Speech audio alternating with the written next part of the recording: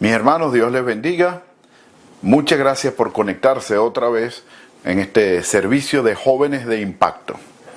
Hermanos, continuamos esta serie que inició hace 3 semanas.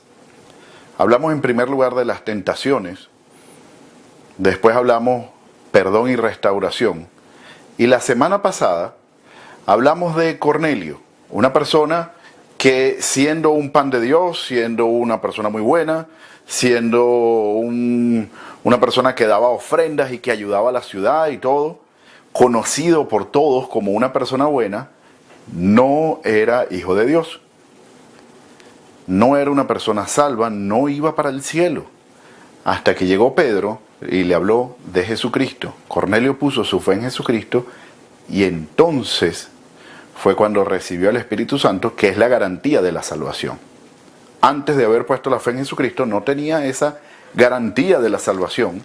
Después sí la tuvo. Hoy quiero hablar de otro personaje. Otro personaje. Este personaje se llama Simón. No es el mismo Simón Pedro. Es otro Simón. Llamado Simón el Mago por tradición. Y el título del mensaje de hoy, como continuación al mensaje de la semana pasada, es Creyente, pero no tanto, parte 2. Quiero que abran sus Biblias en el libro de los Hechos, capítulo 8. Y voy a leer desde el versículo 9 en adelante. Antes de empezar a leer, quiero contar un poquitico el contexto. Felipe había ido a la ciudad de Samaria y había empezado a predicar sobre Jesucristo. Y había empezado a hacer lo que todos nosotros debemos hacer, que es testificar de Cristo a todos en la ciudad de Samaria. Recordemos que Samaria es esa ciudad que tiene cierto roce y cierto pique extraño ahí con los judíos, donde no se las llevaban muy bien. ¿Ok? Felipe fue a esa ciudad a hablarles de Cristo. Pues, desde el versículo 9 en adelante dice: pero había un hombre llamado Simón, que antes ejercía la magia en aquella ciudad, y había engañado a la gente de Samaria, haciéndose pasar por algún grande. A este oían atentamente todos, desde el más pequeño hasta el más grande, diciendo: este es el gran poder de Dios. Y le estaban atentos porque con sus artes mágicas les había engañado por mucho tiempo. ¿Ok? Versículos 9, 10 y 11. Este Simón era un mago de la calle. Así como los que hemos ido a Valencia en la Plaza Bolívar los hemos visto. Sí existen, hermanos, y es real. Yo los he visto. Hermanos, hay personas que salen a la calle. Yo tengo un relato, una experiencia con mi hermano Rui Teixeira, que hace unos años tenía una panadería ahí en el centro de Valencia. Y salen en pareja, 2 personas, y se empieza a aglomerar la gente, y es que estas 2 personas están adivinándole a esa gente. Por supuesto, a cambio de dinero. Eso no lo hacen gratis. No. A cambio de dinero. Uno de los 2 se venda los ojos y voltea hacia otro lugar, y con cierta distancia de 5 metros más o menos, el otro le dice a uno de los peatones que está por ahí: mira, ¿cómo te llamas tú? Pedro. Pedro, dame tu cédula. Pedro lee su número de identificación en su mente y le dice al otro compañero que está vendado a 5 metros cuál es el número de identificación de este caballero que me lo acaba de dar. Y sorprendentemente la persona que está por allá empieza a decir el número: 14 5 25 222. Y todo el mundo: oh, sí, es la cédula de él, es su identificación. Y eso lo hacen por mucho tiempo. Al cabo de media hora más o menos de estar sorprendiendo a la gente, bueno, se quitan su sombrero y empiezan, como decimos nosotros, a pasar raqueta. Esa expresión es muy venezolana, que viene en las iglesias cuando pasan para que pongan el dinero. Bueno, igualito empiezan así. Y ahí se rebuscan y hacen sus negocios. Simón era un personaje como eso. Yo me lo imagino algo más o menos así. ¿De qué otra forma sorprendía? Bueno, pudo haber sido sorprendente en otras formas, pero él hacía magia en esa ciudad. Por eso, por tradición, le dicen Simón el Mago. Pues este personaje que hacía magia, dice, en el versículo 12, y le estaban atentos, porque con sus artes mágicas les había engañado por mucho tiempo. El versículo 11, perdón. Él le engañaba a la gente y la gente le prestaba atención. El 12.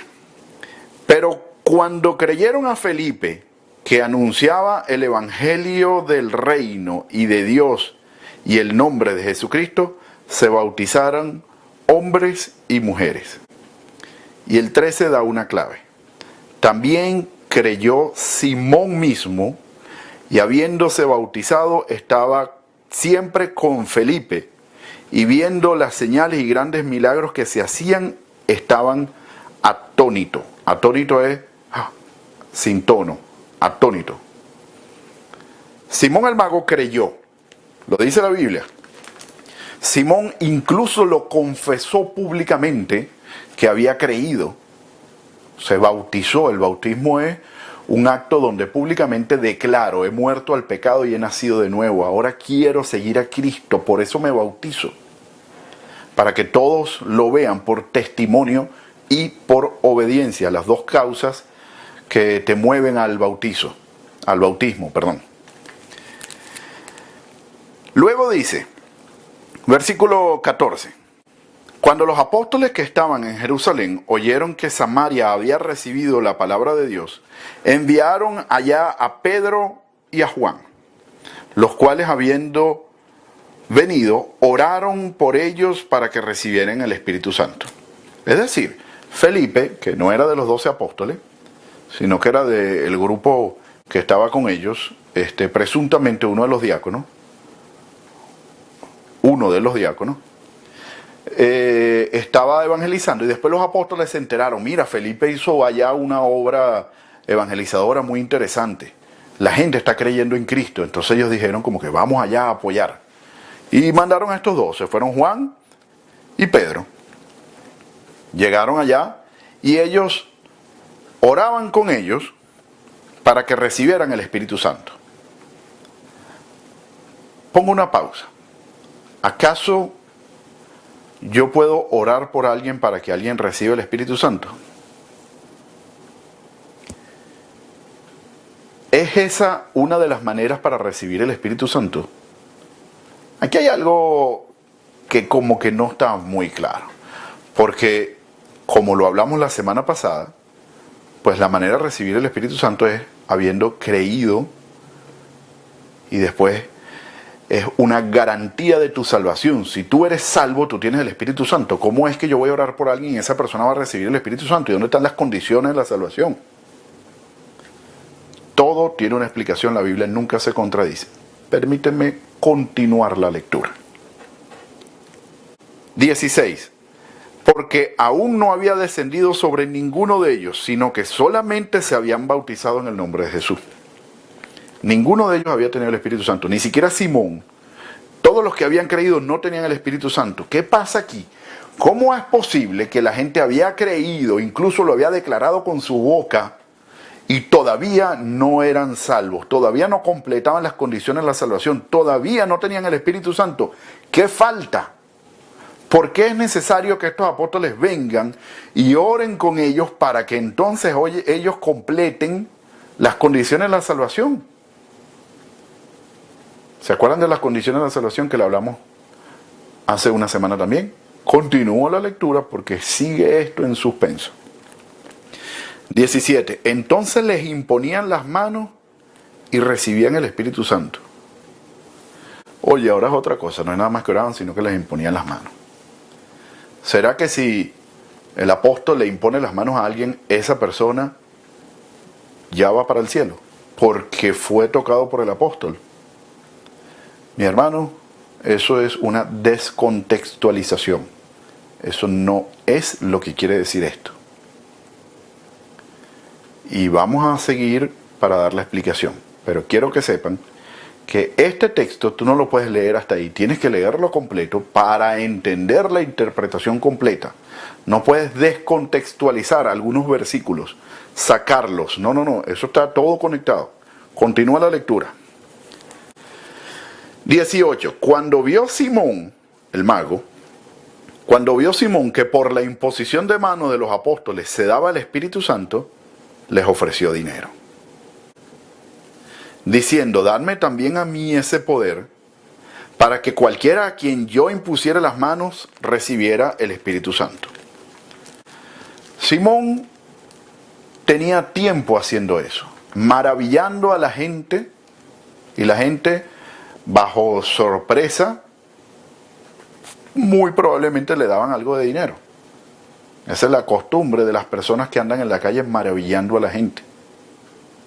Ahora él pone su fe en Jesucristo, cree, lo confiesa públicamente, se bautiza y todo, pero le falta algo. Y empieza a mostrarse qué es lo que le falta.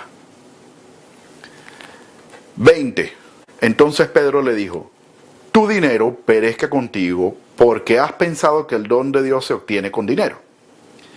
No tienes tú parte ni suerte en este asunto, porque tu corazón no es recto delante de Dios.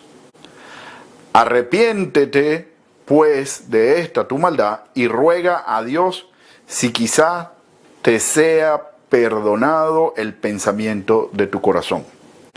Porque en hiel de amargura y en prisión de maldad veo que estás. Respondiendo entonces Simón, dijo: rogad vosotros por mí al Señor, para que nada de esto que habéis dicho venga sobre mí.